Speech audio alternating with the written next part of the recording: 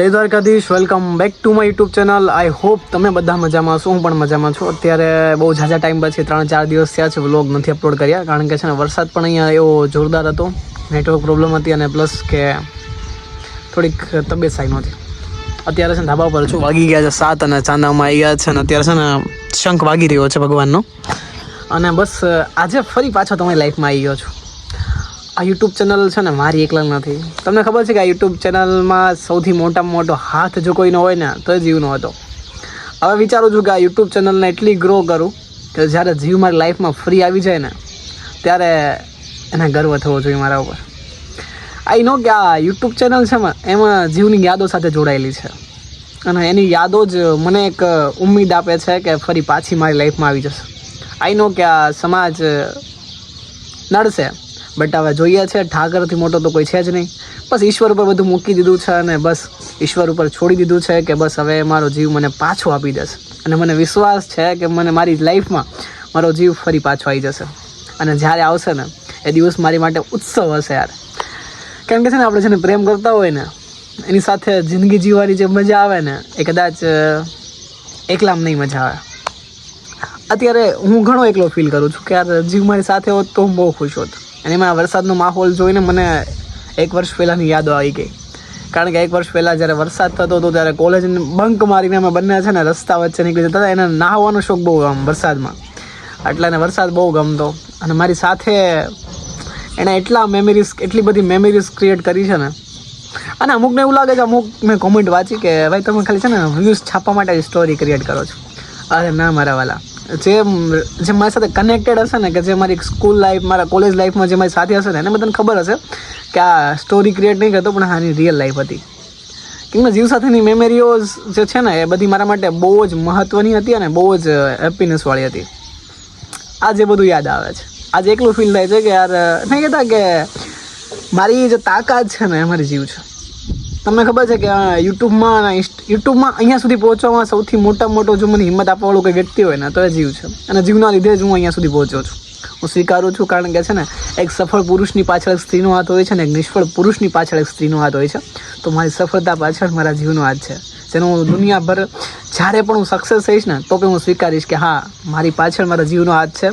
કારણ કે જીવ વગર કદાચ આઈ એમ શૂન્ય. જોઈએ છીએ આગળ શું થાય છે. આજે છે ને બસ નોર્મલી વાતો કરીશું આપણે, કારણ કે છે ને બસ હવે પોઝિટિવ વેબ આવે છે કે હા જીવ મને મળશે.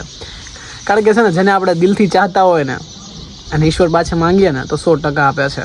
તો ચલો જોઈએ છીએ હવે શું થાય છે મારા લાઈફના આગળના પાનામાં. બધી જ વાત તમારી સાથે શેર કરીશ, કારણ કે છે ને હવે તમારી સાથે વાતો શેર કરવી મને વધારે ગમે છે. કારણ કે છે ને મન હળવું થઈ જાય છે. બધા કહે છે કેમ આટલો બધો વિડીયો બનાવો છો તમે? આ તો વિડીયો બનાવવાનું કારણ એ છે કે આપણે છે ને કોઈની સાથે વાતો શેર કરીએ ને દુઃખ થોડુંક હળવું થઈ જાય છે. તો બસ હું એ જ વિચારું છું, બસ તમારી સાથે વાતો શેર કરીને, બસ મારા દિલની વાતો શેર કરીને થોડુંક મન હળવું થઈ જશે ને તો બી સારું લાગશે. અને કદાચ આ વિડીયો મારો જીવ સુધી પહોંચે તો એને બી ઠીક લાગશે કે હા મારો કાના ઠીક છે. બસ હું તારો કાના ઠીક છે જીવ, બસ તારો વેઇટ કરે છે. અને બસ ઈશ્વર બસ શ્રદ્ધા રાખી છે કે જલ્દીથી તને મારી બનાવી દેશે. હવે જોઈએ છે આગળ શું થાય છે. અત્યારે દિયાસ નહીં ગયો છે તો જોયું સંધ્યાના રાણું કેટલું મસ્ત છે. ઉપર ચાંદામામાં દેખાય છે, આકાશ સાફ લાગે છે, થોડું ઘણું વાદળ છાયું છે. કાલે વરસાદ બહુ સારામાં સારો પડી ગયો હતો, આજે કંઈ છે નહીં એટલે સારું છે. બસ ધાબા પર શાંતિથી બેઠો તો એકાંતમાં, કારણ કે છે ને એકલું જેવું થોડું વધારે ગમે છે. હવે બહુ વધારે કનેક્શન નહીં જોડતો, કારણ કે છે ને શાંતિ થોડી વધારે પ્રિય લાગવા માંડી છે. એકલામાં બેસીને શાંતિથી બધા વિચાર થાય છે, બધું જીવન સાથેની યાદો. હમણાં વિડીયો પણ ઠીકથી નથી બની શકતા, કારણ કે છે ને અહીંયા છે ને બહુ ભાર લાગે છે. અહીંયા પણ બહુ ભાર લાગે છે કે હા યાર અચાનકથી જે આપણી લાઈફમાં 24 કલાક રહેતું હતું ને અચાનકથી એની સાથે વાત પણ ના થાય ને તો કેવું ફીલ થાય. જેણે પ્રેમ કર્યો હશે ને ખબર જ હશે. શબ્દો નથી મારી પાસે અત્યારે, બસ વેઇટ કરું છું. બધું સમયનો નહીં કહેતા કે ખરાબ સમય અને સારો સમય બંને જિંદગીમાં આવવાના જ છે. જેમ સારો સમય ટકતો નથી ને એમ ખરાબ સમય પણ જિંદગીમાંથી નહીં ટકે, એ પણ જતો રહેશે. બસ કૃષ્ણ ઉપર વિશ્વાસ રાખ્યો છે કે બધું જલ્દી ઠીક કરી દેશે. ત્યાં સુધી હું મારી લાઈફને એવી બનાવવાની કોશિશ કરીશ કે હું મારી લાઈફ થકી હું જીવના બધા સપનાઓ પૂરા કરી શકું. અને સાચું કહું તો મારું સૌથી મોટું સપનું જો કોઈ હોય ને તો જીવના સપના પૂરા કરવા છે મારે.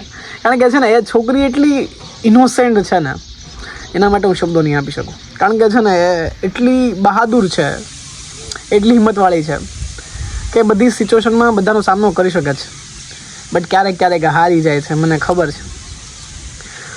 બટ હવે એ મારી હિંમત છે અને હું એની હિંમત છું. તો જોઈએ છે શું થાય છે આગળ.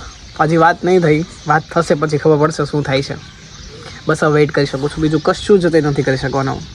બસ તમારા બધાનો સપોર્ટ જોઈએ છે આગળ વધવા માટે અને સક્સેસ થવા માટે. મારી સફળતા જ મને મારો જીવ આપશે. હવે જોઈએ છીએ આગળની સફળતામાં શું થાય છે. તો વ્લોગમાં અને મારી લાઈફમાં કનેક્ટેડ રહેજો. મળીએ છીએ કાલે, કેમ કે આ વ્લોગ બહુ જ ટૂંકો છે, કારણ કે છે ને બસ હું થોડી વાર તમારી સાથે વાત કરવા આવ્યો હતો. મળીએ છીએ કાલે એક મસ્ત અને બહુ સરસ વ્લોગમાં. ત્યાં સુધી વ્લોગમાં બન્યા રહેજો. મળીએ છીએ કાલે. ત્યાં સુધી બધાને જય દ્વારકાધીશ, હર હર મહાદેવ, અને બધા પોતાનું ધ્યાન રાખજો, કારણ કે વાતાવરણ બહુ જ ખરાબ છે. તો અત્યારે બધાએ પોતાનું ધ્યાન રાખવું ખૂબ જ જરૂરી છે. મળીએ છીએ એક નવા વ્લોગ સાથે. ત્યાં સુધી બધાને જય દ્વારકાધીશ.